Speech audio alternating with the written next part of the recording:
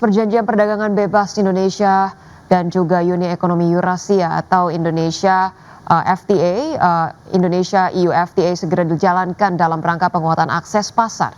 Ya, Menteri Perdagangan menyebutkan bahwa perjanjian perdagangan dengan Uni Ekonomi Eurasia ini akan mendorong pelaku usaha Indonesia untuk memaksimalkan potensi ekspornya.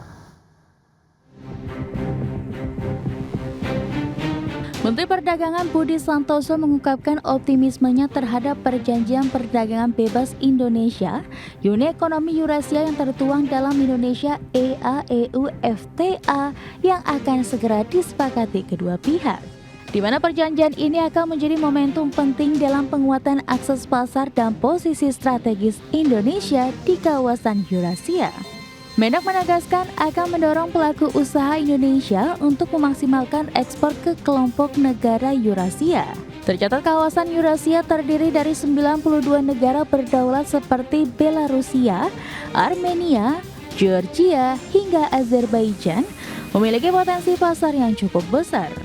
Untuk itu, Menteri Perdagangan mengajak seluruh pemangku kepentingan, Kamar Dagang dan Industri, Asosiasi Usaha hingga pelaku bisnis Indonesia dan negara-negara Uni Ekonomi Eurasia untuk memanfaatkan Perjanjian Perdagangan Indonesia EA-EU FTA ini.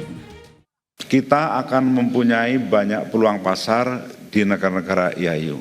Apakah itu di Armenia, Rusia, Belarus, Kirgistan, dan Kazakhstan ya, dengan potensi pasar yang cukup besar yaitu 179,8 juta jiwa. Mendak menambahkan hingga saat ini perdagangan Indonesia dengan Uni Ekonomi Eurasia menunjukkan tren positif.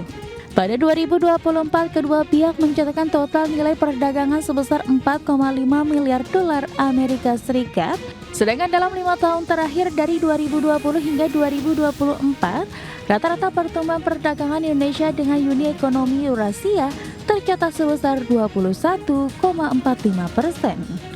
Dari Jakarta, tim liputan IDX Channel.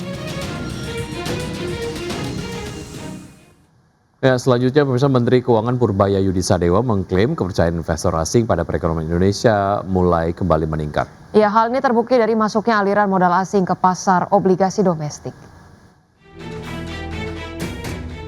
Meski perekonomian global masih terus fluktuatif, para investor global menilai jika risiko investasi di Indonesia makin rendah. Selisih imbal hasil antara surat berharga negara dan obligasi pemerintah Amerika turun dari 240 bps ke 197 bps. Menurut Menteri Keuangan Purbaya Yudi Sadewa, rendahnya yield spread antara SBN terhadap US Treasury itu mencerminkan kepercayaan investor terhadap fundamental ekonomi Indonesia. Nah, saya tunjukkan tuh SBN yang di bawah kurva yang kanan bawahnya itu ada keterangan tuh SBN tadinya totalnya outflow tapi Desember sudah inflow 2,64 triliun. SRBI Desember sudah inflow 21,17 triliun. Saham juga sekarang Desember sudah inflow 3,49 triliun. Jadi sepertinya ada perbalikan kepercayaan investor asing terhadap Indonesia. Purbaya menambahkan depresiasi rupiah dinilai masih relatif moderat dibanding dengan sejumlah negara berkembang lain seperti India dan Turki. Hal ini menjadi indikator optimisme para pelaku pasar terhadap perekonomian Indonesia yang terus menguat. Dari Jakarta, tim liputan IDX Channel.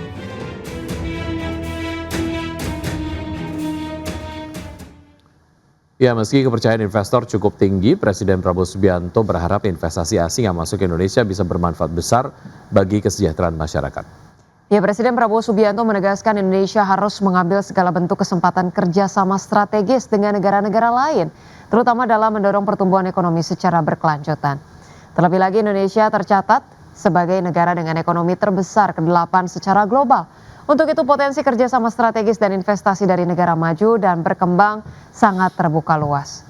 Presiden meminta seluruh kementerian dan lembaga selalu berkomitmen terhadap masuknya investasi harus bermanfaat besar bagi masyarakat, di mana investasi harus benar-benar bertujuan meningkatkan kesejahteraan rakyat, bukan dimanfaatkan untuk kepentingan elit. pemerintah yang bersih kunci kebangkitan suatu bangsa.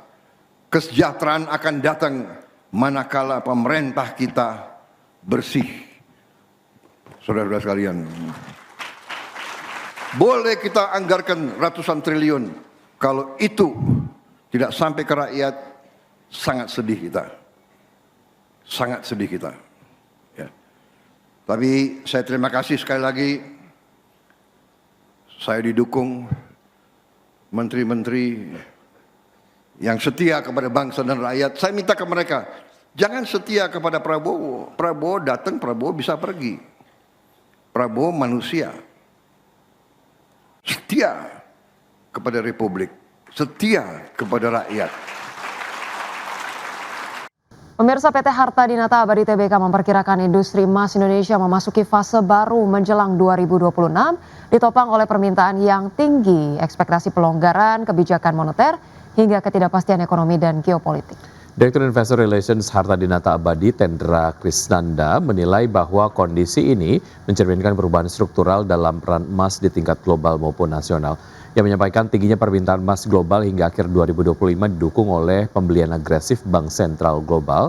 Permintaan yang kuat dari Bank Sentral dan investor global menunjukkan adanya pergeseran cara pandang terhadap emas, terutama di tengah meningkatnya tekanan utang dan ketidakpastian ekonomi. Di dalam negeri, manajemen Harta Dinata menyebut arah kebijakan juga menunjukkan dukungan terhadap penguatan industri emas nasional. Kebijakan yang dimaksud adalah pajak ekspor emas yang akan berlaku mulai 2026 dengan tarif 7,5% hingga 15%. Berdasarkan tingkat pemrosesan dan harga emas global, kebijakan ini diproyeksikan mendorong peningkatan pasokan emas untuk pasar domestik, sekaligus memperkuat industri pemurnian dan manufaktur lokal.